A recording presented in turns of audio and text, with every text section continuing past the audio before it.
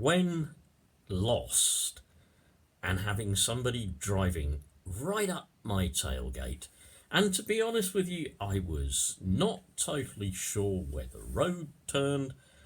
I didn't know if I had to give way or not. The markings were unclear. So it turns out, for the road I was on, I was probably going a bit too slowly. Once I'd seen where the markings went and realised I didn't have to give way, I was quite prepared to speed up to the national speed limit in a matter probably of less than 30 seconds. But I was angry. In fact, when the car went round me that was behind me, I was almost, I was shaking my fist angry. I was angry little man angry. And I'm not going to go into any of the language I used, but what was happening was I was being threatened. I could see the person in the mirror. I could see their eyes. It was like they were boring into the back of my head. They were trying to push me along. I didn't feel in control. I felt threatened. Now, one thing kind of does relate to politics a bit here. When I feel threatened, one way, I think it's a particularly male way of doing this, I deal with it, is to get angry. It must be that something in that particular situation was appealing to the old fight or flight routine in the brain. Yeah, it must have got into, the dinosaur bit of the brain. I don't know if we call it the amygdala. If I'm wrong, somebody correct me. If my son's watching, he's a nurse, please correct me if I'm wrong about the amygdala. Yeah, I think the amygdala or something within the central cortex, I'd prefer to call it the dinosaur brain, was activated. I saw this big thing behind me and I thought, I've got to either fight my corner, got to start smacking, swinging, bashing, giving it the old 1-2. Yeah, or I've got to run like hell to get out the way, to get away, right? Now let me link that up with something. Okay, so what I kind of realised was in that moment, although thank God the red mist had not descended, but I think it was getting quite close to the descension of the red mist, yeah? When you're like that, all the kind of thinking parts of your brain, all the rationalising parts are suspended. They kind of don't get a word in, yeah?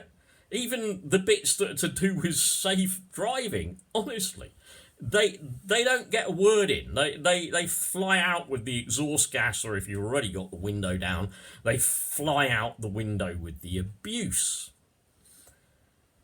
How does this relate to a political point? People who are on the right, people in the Tory party, because I regard the Tory party as extreme right-wing now. I know there are debates whether I could call them fascist or not. I don't want to go into those debates, but they are extreme right-wing. So right-wing they're practically off the scale. Yeah, so in my opinion, so right-wing as to be fascists. Fascists like anger. Yeah? Right-wing people love anger. They love anger. They love outrage. They love incensed of chipping Sodbury or sodding Chipberry. Incensed of sodding Chipberry here. I was in the local park having a little walk, and this homeless fellow, reeking of drink, lounging about, dared to approach me for money. Yes, I mean, I thought, kick a beggar. Don't want people like you clustering up the streets of sodding Chipberry. Angry, signs his letters. You can imagine him pressing with his pen and actually indenting into the paper so that there's, imagine the signature going, you hear that noise as he sounds it. He's got to do something physical with his anger. It's got to be visceral. It must be expressed, yeah? Like I was expressing it in my voice, yeah? Now, he sees, taking him as a fictional example, but would angry of sodding Chipberry have been so visceral, so outright enraged, wanting to swing at this person, if it was our Dominic in the House of Commons, drunkenly wandering around with his glass of wine? Dominic, Jono's best friend, wandering around with his glass of wine, with his head and his cropped hair and his little eyes and his glasses that kind of too much remind me of Heinrich Himmler, actually. Yeah? His little eyes and his little glasses and his Commons wine that we've paid towards because it's a subsidised bar. We pay for it. Yeah, he's wandering around the House of Commons and he's muttering incoherently and shouting in corridors. Would you be angry about that? A lot of people wouldn't. They wouldn't be angry. When somebody said, and it was in The Guardian this morning, when Tories come round to try and canvass your vote, one of the things they'll do, that their party always does, is to capitalise on your anger, your sense of injustice, your sense that you're not getting out of life everything that you should, your sense that you're being held up, held back, yeah? That's what they'll capitalise on. And they'll tell you that by voting for them, these issues will be addressed. They'll tell you that they will sweep the streets of homeless people. But when you see that homeless person trying to keep their tent up on a street in the gusts of winter and the freezing cold, when you see them trying to just stay warm and fed and safe, how do you really feel?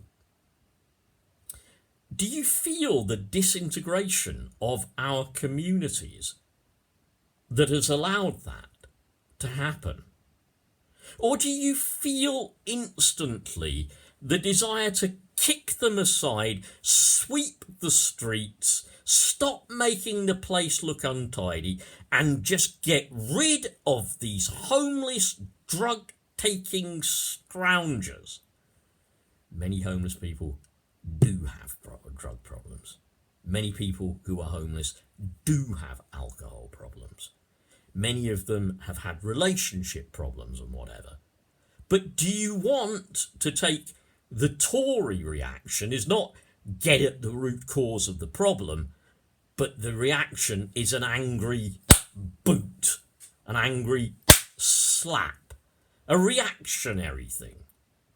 Tories edited this one down considerably. It was just going on and on and on. Anyway, I leave you with Ian dunked in shite and encourage you to think when those Tory canvassers come your way. Even think when, like me earlier, you get angry. Because